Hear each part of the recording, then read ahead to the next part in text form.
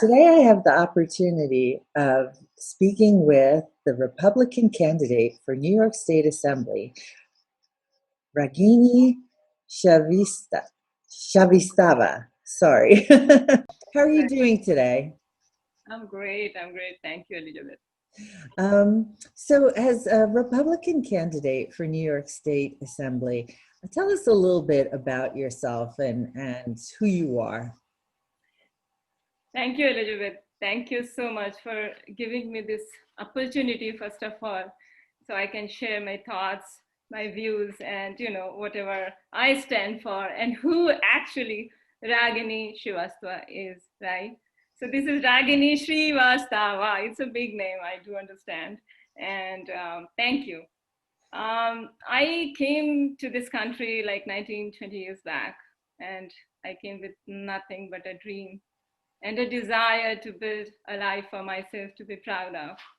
So I'll just quickly tell you one story. When I was in eighth grade in India, my parents were kind of planning their budget. Like every, middle class parents, they plan their budget for the expense of their children's education.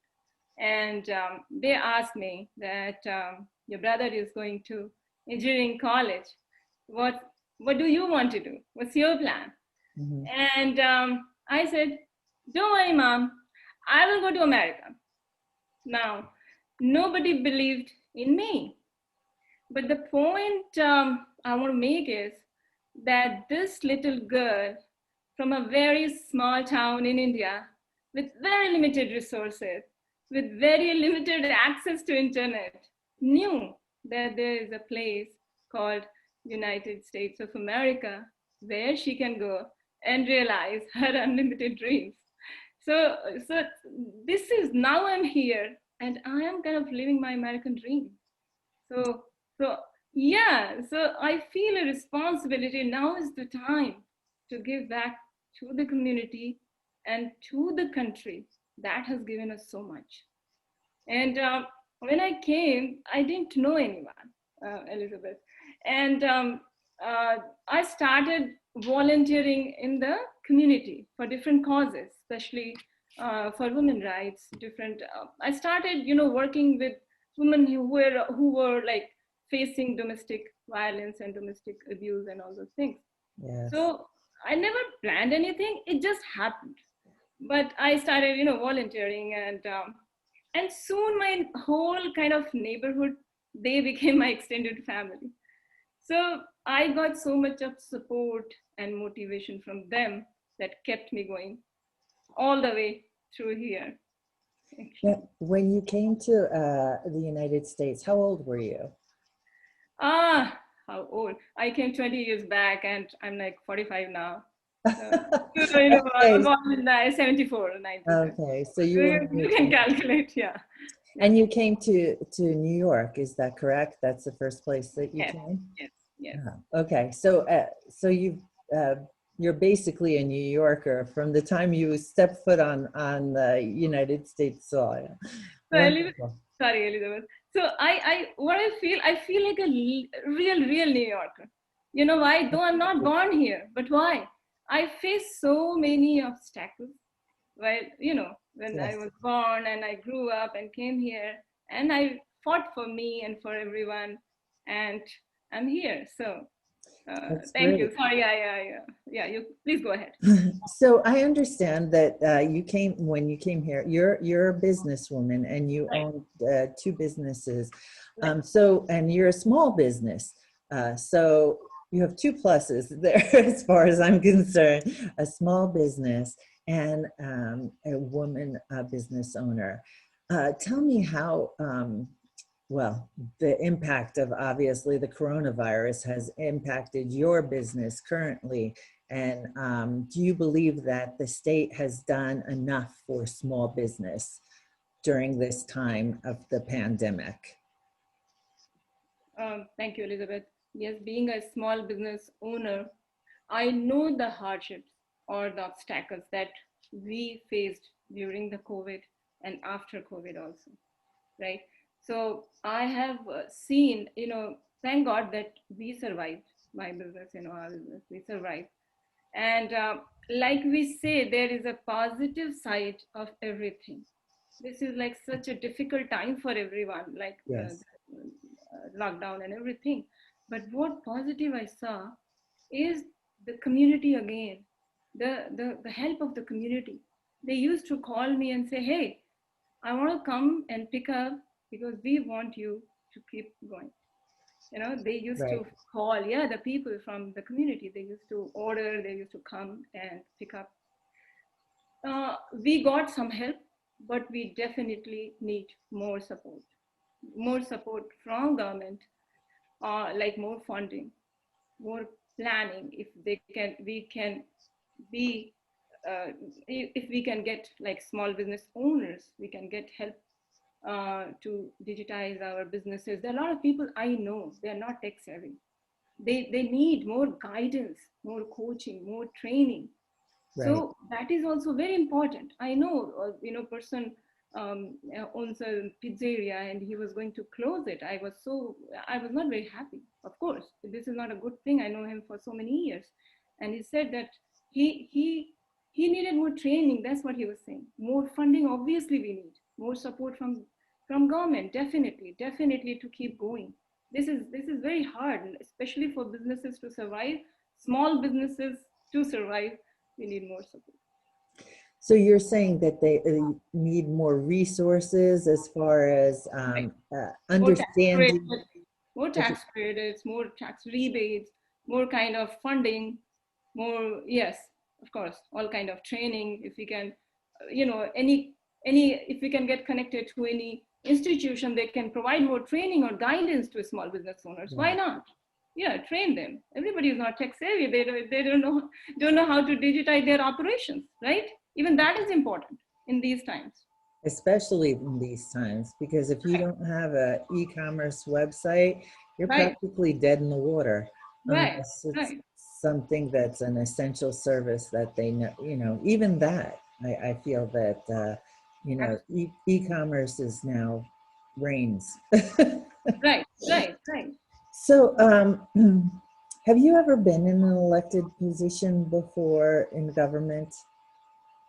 No, and I never knew that I would be, to be honest. But But you were nominated to be on a committee specifically for yes, Nassau I was County. not elected. I was appointed to, yes, Okay. Business Advisory Committee working for minority and women-owned businesses. And yes, that was very good. You were able to help, especially women, and how they can come up with good plan to have their own business and all. I try to help. Mhm. So, so the purpose of this was to support small business, and what actually did the committee do? They reach out to people, I mean women, and especially minority women who want to have their own businesses, right? Basically to encourage them, to support them, to give them all the tools and guidelines and help they need, and guidance, and to have their own business, to become independent. So that was. So, does this program that you had put together, does it still exist that small business owners can go look Right. for? Yes, Could you give us a website that they could go look at this information? I'll let you know. Yes. Yeah, okay, we'll put it on the bottom of. MWB, yes, we will. I'll just. Excellent. Okay, wonderful. So, what motivated you to run for New York State Assembly? So when I started working with the community, and when you work with people, you see that there is always a scope.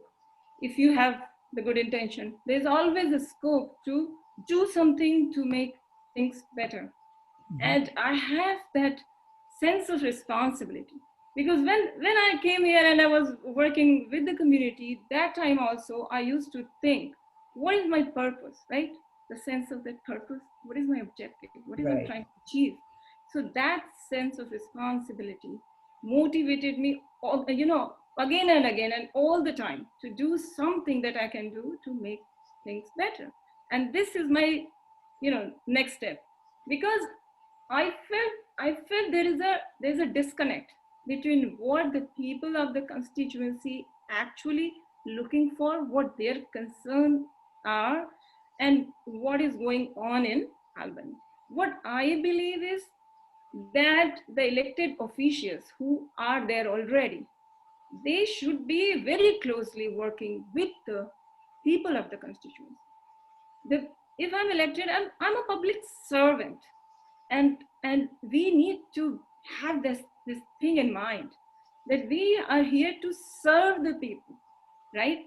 And service is the key word. And if you believe in that, go to the people who supported you, gave you their precious vote and their trust, and elected you or help you get elected and go in that position. So we are responsible for their concerns. So this is what my feeling was, and this is what my motivation is, right? So this is what I want, that I want to actually become the person who is very, very accessible to the people of the community, because I'm here to serve the community, and I want to remember this thing always. So wonderful, wonderful sentiment. Right. And I believe that, with your business background, I mean, one of the key responsibilities for assembly is public policy, and being connected with the public is crucial in getting what they need passed for them. So, uh, so what qualifications do you bring to the table in your candidacy? So Elizabeth, as you know, I'm a small business owner, Right. and I believe this is high time to run government like a business. Why? Again, that will bring that sense of responsibility that we need now, right? Mm-hmm. So I have been a community volunteer all the time. I took stand for myself. I know how to work with the community. I know how to volunteer. I know how to listen to the people, how to understand their concern. That is one thing that is on a personal level. But my expertise in running a business will help me a lot, solving the issues. I'm not saying that especially after the COVID situation, I'm not saying we can solve everything, but if we Right. can make sure that we have enough revenue or enough money, so to say, for the people, so that they don't need to bother for their next meal, that in itself is a big relief, right? And if we can generate more revenue, right, we can, like a business, if we can focus on creating more jobs, strengthening or supporting people, if they can uh, they can be independent and contribute, why not? So yes. Absolutely. Yes. And, that's definitely where we want to go, especially in the current economy where unemployment is soaring Right. and small business happens to be the backbone of our economy. I Economy, mean, right. it just is, it's unfortunately has been devastated with this pandemic. And Right. um, so one of the again the powers with assembly is either supporting, upholding, or overriding the governor. How do you feel he's done in this role currently? Elizabeth, can you please repeat the question? One of Sorry. the one of the powers of assemblyman is Yes. to uphold or to override the governor's Right. uh, rulings. How do Right. you feel that Governor Cuomo has been doing currently in his job during this pandemic, specifically for that? So, Elizabeth, there are few things that we don't agree with, right?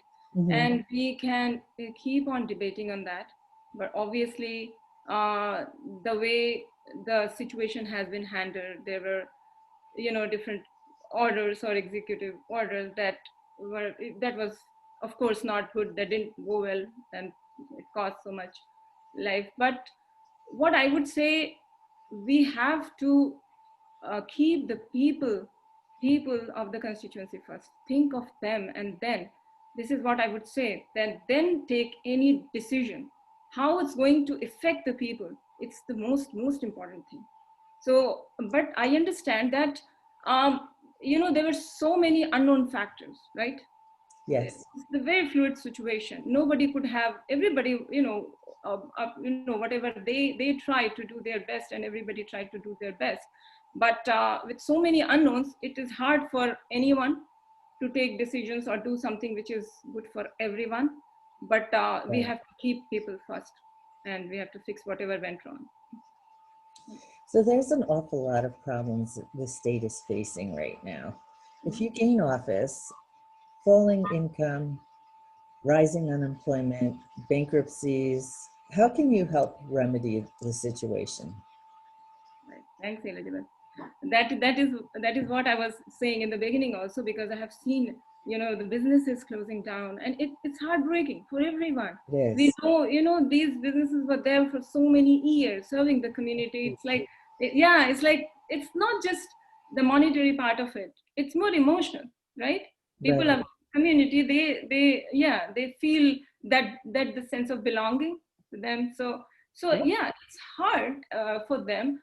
And again, I will support policies that support businesses to survive, local vendors to survive, and would emphasize on creating more jobs. If we can attract more businesses, we can, if we can come up with plan that I know that we can, encourage our youngsters, if they can stay in the county, right, in Yeah, Nasa it's County. very expensive here. Right. I was talking to a young couple. They got married like before COVID. They said that can't stay here. They were looking for, whatever, because of the less opportunity and very high cost of living. So affordable living is very, very important.